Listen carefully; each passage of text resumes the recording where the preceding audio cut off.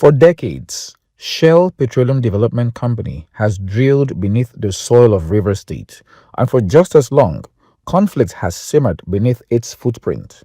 Oil spills, litigation, quiet out-of-court settlements.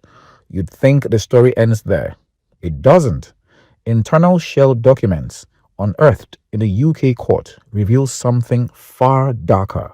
Shell knew a pipeline was failing and let it bleed anyway. The evidence lives in Amnesty International's new report, Nigeria, Lifting the Lid, a document that dismantles Shell's decades-old defense that theft and sabotage alone caused the spills. Buried in the paper trail is a pipeline Shell's own staff nicknamed the Basket. They knew it was broken. They let it run. Profits over people. To understand what that choice costs, we travel to the creeks of Budo in Gokana local government area, ground zero for spill after spill. A youth leader leads us to a ruptured pipeline where crude bleeds silently into the water. This is what he showed us. Globally, Bodo City happens to be the community that has suffered even much more than the Gulf of Mexico oil spillage. This is the global point of oil spillage in the whole world. Back in Abuja, Amnesty's country director lays bare a system of double standards.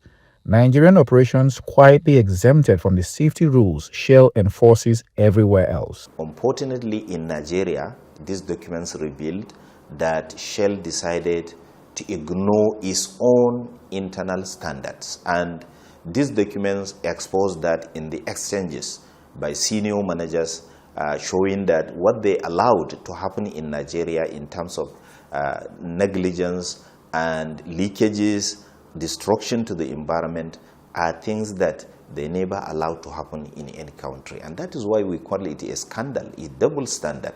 And we believe that with these revelations, it is now time for the Nigerian government to do the right thing. He goes further, alleging some Shell staff were complicit in the very oil theft the company publicly blamed on militants.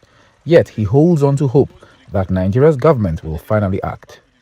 So if you look at the report, there is a part where we shared the email exchanges, where clearly, there were even allegations internally that some people in Shell are also being part of all these alleged crimes.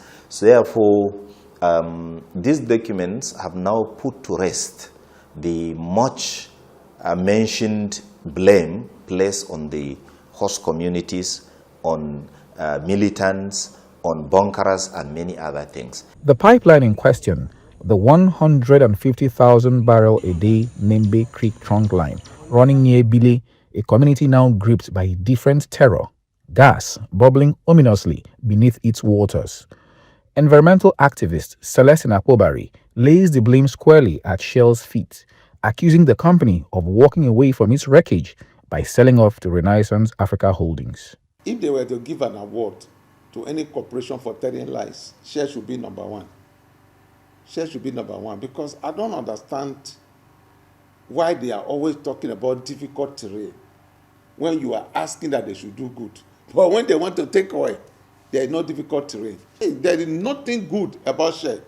Why are they running away now and changing their name into Renaissance?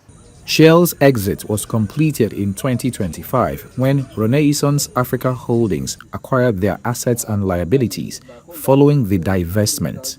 When contacted, Renaissance declined to comment and referred us back to Shell. From the bubbling waters of Bile to the flames of Ofionimama to the oil-slicked creeks of Ogali and Budo, the Niger Delta tells one story again and again. Pain, sorrow, and tears. The oil that was meant to be a blessing has become, for its own people, a curse. Charles Oporum, Channels Television News.